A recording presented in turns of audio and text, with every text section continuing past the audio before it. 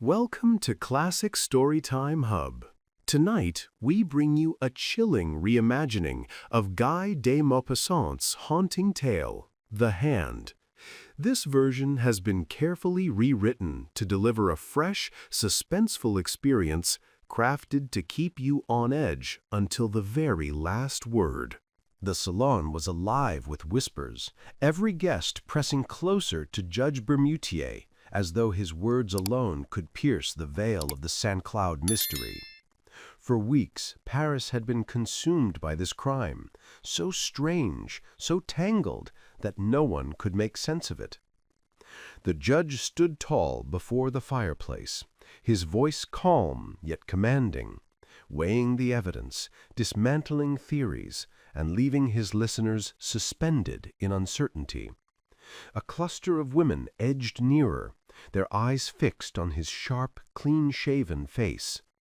Fear and fascination mingled in their trembling, for nothing stirs the human heart more than the lure of the dreadful. One woman, pale as ivory, broke the silence. "It's terrifying, almost supernatural. The truth will never be known." Bermutier turned to her, his tone measured. "You are right, madame. The truth may forever elude us. But as for the word supernatural, banish it. What we face is a crime executed with such cunning, so carefully wrapped in shadows, that it defies unraveling. Yet once I myself presided over a case where the uncanny seemed to intrude. It grew so bewildering that in the end we had to abandon it." The women gasped in unison, their voices rising. Tell us everything." The judge allowed himself a faint, dignified smile, as though savoring their anticipation. "Do not misunderstand me. I never attribute events to the supernatural. I believe only in causes rooted in this world. But sometimes, when we cannot explain, we call it supernatural, when in truth it is simply inexplicable. The case I am about to recount impressed me not only for its outcome, but for the strange circumstances that surrounded it." He paused, letting the silence thicken before resuming. "At that time, I was serving as a judge in Ajaccio, a small white city clinging to the edge of a bay, hemmed in by towering mountains. Most of the cases that reached my court were vendettas, those fierce Corsican feuds, centuries old, smoldering like embers until they erupted in blood.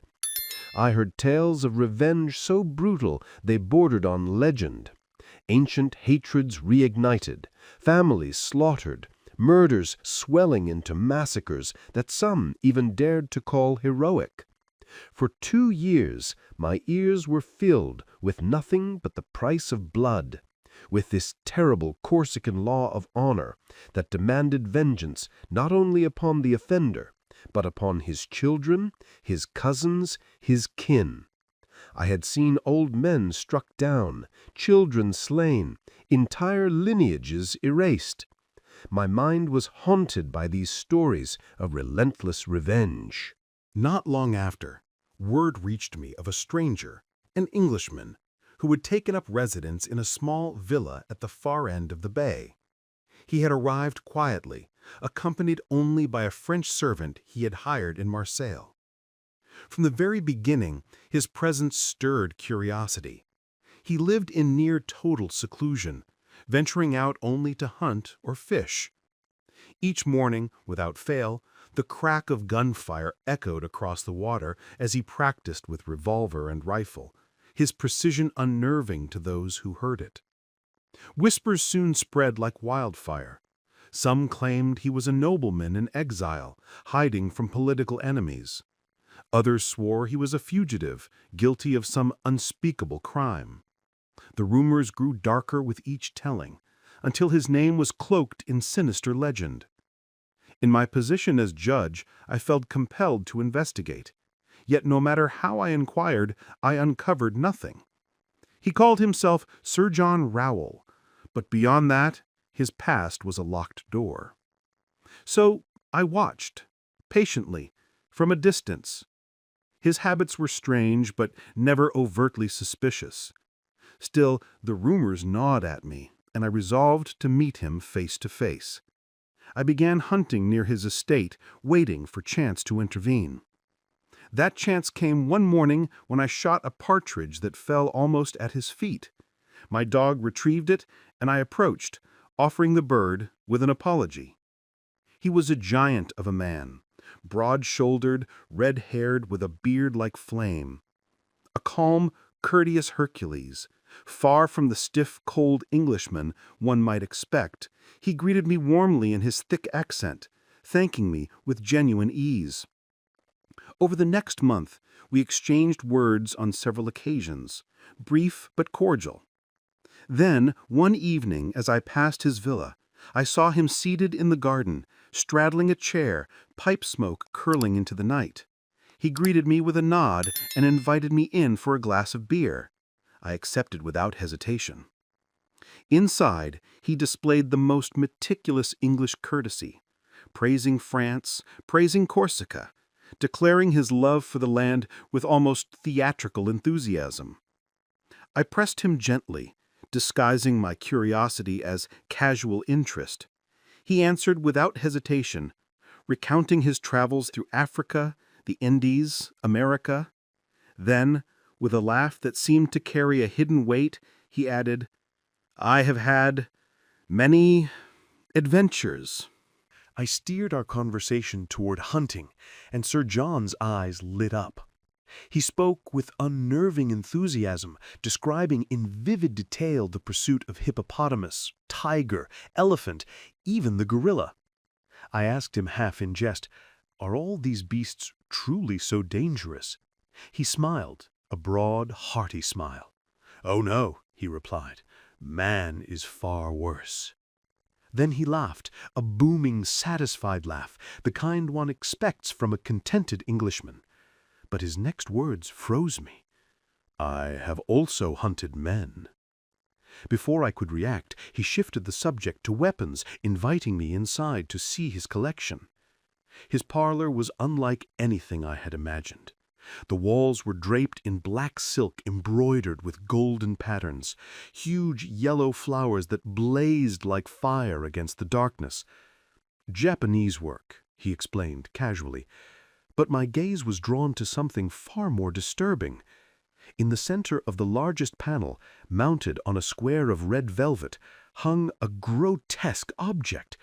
At first I could not believe my eyes. It was a hand.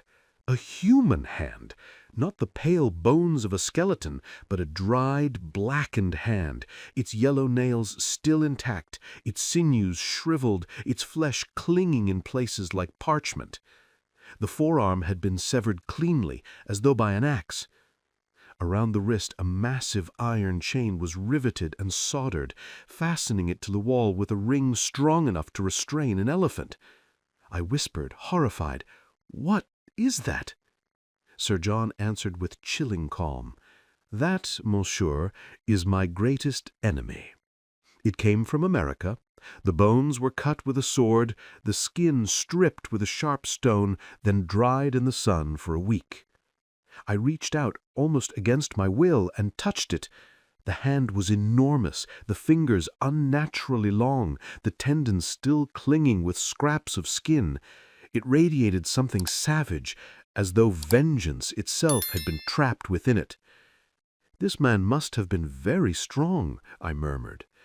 Sir John's reply was quiet, almost casual. "Yes, but I was stronger.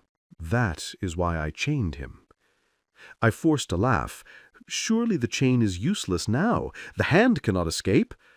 But Sir John's expression did not change. His voice was grave, deliberate. "It always tries to escape. The chain is necessary." I studied his face, searching for a trace of humor. Was he mocking me, or was I standing in the presence of a madman? Despite his strange words, Sir John's face remained calm, almost friendly, as though nothing unusual had passed between us. I shifted the conversation, admiring his rifles, though I could not help but notice 3 revolvers, fully loaded, lying within reach, as if he lived in constant expectation of an attack. I visited him a few more times, then stopped. The town grew accustomed to his presence, and soon the curiosity that once surrounded him faded into silence. A year slipped by. Then, one bleak November morning, my servant burst into my room with dreadful news. Sir John Rowell had been murdered in the night. Within half an hour, I stood inside his villa with the police commissioner and the captain of the gendarmes. His servant, pale and broken, wept outside the door. At first, suspicion fell upon him, but it was quickly dismissed. He was innocent. The scene inside was ghastly. Sir John's body lay sprawled on the floor, his vest torn, his jacket sleeve ripped away. The room bore the marks of a violent struggle. He had been strangled. His face was swollen, blackened, twisted into an expression of unspeakable terror. His neck was punctured with deep wounds, as though pierced by iron claws, and between his clenched teeth he held something grisly. The physician examined the corpse, tracing the marks on the throat. At last he whispered, "It looks as though he was strangled by a skeleton." A chill swept through me. My eyes darted to the wall where I had once seen that dreadful relic, the chained hand. It was gone. The chain hung loose, snapped apart. I bent over the body. Wedged in Sir John's mouth was a finger, one of the missing hand's own, bitten clean through to the knuckle. The investigation that followed uncovered nothing. No doors or windows had been forced, no furniture disturbed. The 2 watchdogs had slept soundly through the night. The servant's testimony only deepened the mystery. For weeks, his master had been restless, agitated. Letters arrived frequently, and Sir John burned them at once. In sudden fits of rage, he would lash out at the chained hand with a whip, striking it as though it were alive. He locked himself in at night, weapons always close at hand, and often shouted into the darkness as if quarreling with an unseen foe. But on the night of his death, there had been no sound, no struggle heard, only silence. And in the morning, the servant found him lifeless, strangled by something no living man could explain. I reported everything I knew about Sir John to the authorities. The entire island was scoured in a painstaking investigation, but no trace of truth emerged. The crime remained a riddle. Then, 3 months later, I was shaken by a nightmare so vivid it seemed more real than waking life. I dreamt of that dreadful hand, skittering across my curtains, crawling along the walls like some monstrous spider or scorpion. 3 times I awoke in terror, 3 times I drifted back into uneasy sleep, and each time the vision returned, the hand galloping around my room, its fingers twitching like legs. The next morning, the nightmare took on flesh. The hand was found, lying on the grave of Sir John Rowell. It was brought to me. 1 finger was missing. That, ladies, is the end of my tale. I know nothing more. The women who had listened so intently were pale, trembling. One cried out, "But that is no ending, no explanation. How can we sleep without knowing what truly happened?" The judge's lips curved into a stern smile. "Ah, ladies, if I tell you my belief, it will only spoil your dreadful dreams. I think the rightful owner of that hand was never truly dead. He came back for it with the other hand that remained. How, I cannot say. But to me, it was a vendetta. A murmur arose. "No, it cannot be that." Still smiling, the judge replied, "Did I not warn you my explanation would never satisfy you?" And thus the story ended. If you liked this journey into the worlds of classic literature, do not forget to support us by subscribing so we can tell you more.